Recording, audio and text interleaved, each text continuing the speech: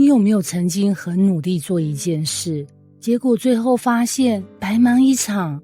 例如排隊2個小時買限量商品，買到之後發現隔天全面打7折，或者熬夜追劇，追到凌晨3點，最後發現自己點錯集數。最慘的是什麼？大學期末報告，花3天3夜做 PPT， 做動畫，做轉場，做特效，結果教授說：“同學，你上傳錯檔案了。”那一刻，你腦袋只有一句話：所以我前面到底在幹嘛？今天的哥林多前書15章12到19節，保羅就在問一個超狠的問題：如果死人不會復活，那我們信耶穌到底在幹嘛？各位，這段經文超有趣，因為保羅不像很多人遇到問題直接跳過，保羅不是他直接往最痛的地方戳。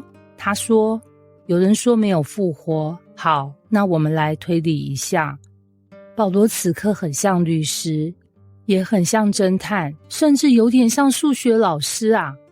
他說，如果沒有復活，那耶穌也沒有復活。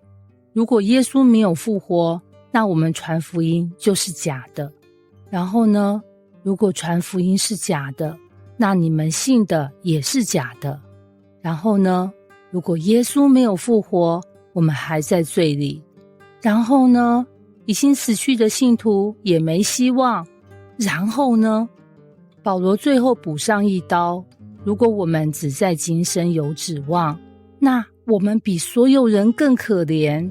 這句超狠，翻成今天，如果信仰只是心理安慰，如果天堂不存在，如果復活不存在，如果永恆不存在，那保羅說，大家別聚會了，回家睡覺比較實際。這很震撼，因為保羅沒有把信仰包裝成心靈雞湯，他沒有說反正信了感覺比較好，沒有。他說信仰是真的，或者根本不值得信。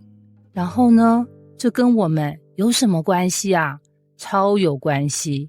因為現代人最大的焦慮其實不是沒錢，不是沒房，甚至不只是工作壓力，而是這一切到底有什麼意義？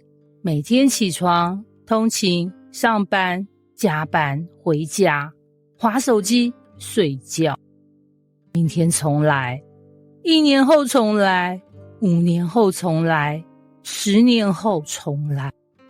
然後呢，很多人不敢問這個問題，因為太可怕。你發現沒有？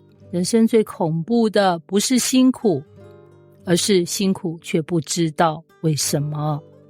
這就像玩遊戲，如果你知道最後會破關，你願意熬夜，願意打 BOSS， 願意重來。但如果有人告訴你根本沒有終點，也沒有獎勵，也沒有意義，你大概玩10分鐘就關機了。保羅今天其實在講，復活就是人生的終點畫面，因為復活告訴我們，死亡不是句點，而是逗號。眼淚不是結局，失敗不是結局，疾病不是結局，墳墓也不是結局。這也是為什麼基督徒能有盼望，不是因為生活比較順。老實說，保羅的人生超不順被打，被關，被追殺，被誤解。如果開 YouTube 頻道，標題大概是今天又差點死掉的一天，但他仍然有喜樂。為什麼啊？因為他知道故事還沒結束。現代人最容易犯的錯，就是把現在當永遠。失戀了，完蛋了，人生毀了；失業了，完蛋了，沒救了，被主管罵，世界末日。但復活提醒我們，神的故事通常比你看到的那一頁更長哦。有時候我們正在看第8章，神已經看到最後一章了，你以為結束了，神說：還沒。你以為沒路了？神說：後面還有誒。你以為失敗了？神說：我還在寫啦。哥林多前書15章12到19節，其實不是在談死亡，他在談盼望。因為如果耶穌復活是真的，那人生最大的問題已經被解決，死亡都被打敗了，還有什麼不能交給神？人生最大的力量，不是你知道今天會成功，而是你知道即使今天失敗，神仍然掌握最後一頁。可以截圖分享的金句：當復活成為你的盼望，眼前的困難就不再是結局，而只是過程。